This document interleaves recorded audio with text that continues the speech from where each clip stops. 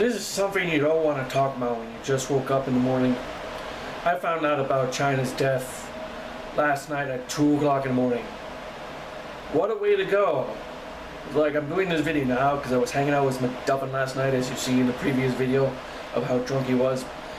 And I don't want to make a video about that when he was here and like drunk off his ass. So now that he's gone and went to school, I was like, let's talk about Chyna.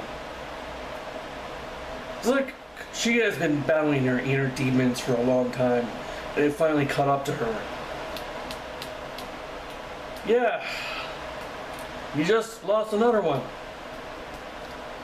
Don't know what else to say. It's like we lost Balls Mahoney and Axel Rotten was in the last month or so, and now Chyna. And like Roddy Piper and Dusty Rhodes was in the year of last year. Was in the year span. You know, it's tough being a wrestling fan because like the people you grow up with just wind up dying all the time.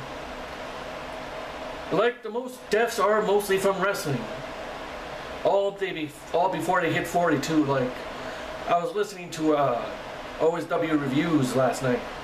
They were reviewing WrestleMania 7 and like they have 15 guys on there that are all dead, and they were saying like which members of the baseball from that year are still dead or died, or basically which ones have died, and like they're guessing, like saying like a 2, 4, and he says none of them, they're all still alive. So that's fucked up right there. It's like from 90, yeah. From WrestleMania 7, what year was that? 91, I believe? Yeah. It was like 15 wrestlers dead.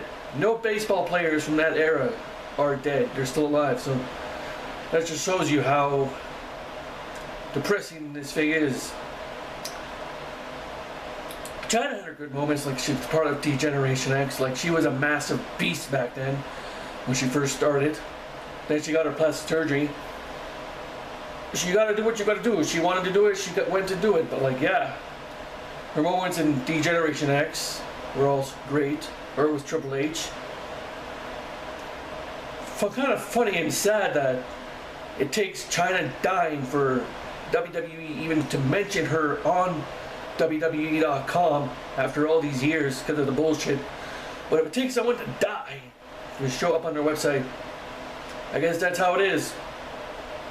Same thing happened with Macho Man. When he died, he was mentioned on WWE.com because he hasn't been mentioned on there or talked about for like so long. Because who knows what happened between him and the Fed because of rumors. I'm not going to get into that, but you probably know what I'm talking about. Oh, and the moments with Chyna and Eddie Guerrero. Oh, fuck, they're both dead now.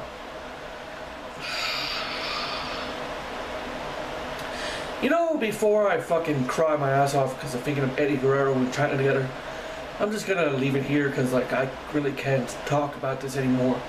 But rip Chyna, you will be missed, and yeah, your suffering is now over. Just take it easy, guys. Bye. Don't treat me like a woman. Don't treat me like a man. Don't treat me like you know me. Treat me for just who I am.